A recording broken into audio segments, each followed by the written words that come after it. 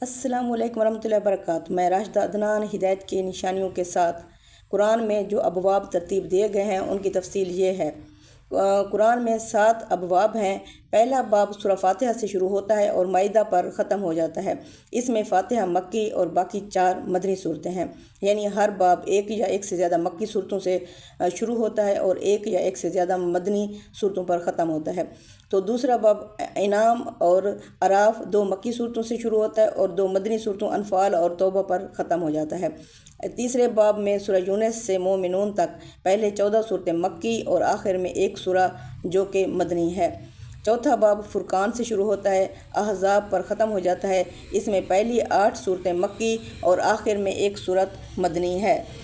پانچواں باب سورہ سبا سے شروع ہوتا ہے اور حجرات پر ختم ہو جاتا ہے۔ اس میں 13 صورتیں مکی اور آخر میں 3 صورتیں مدنی ہیں۔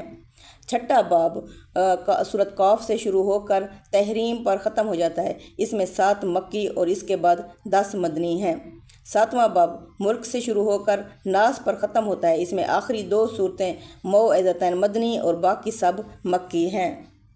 صدق اللہ العظیم۔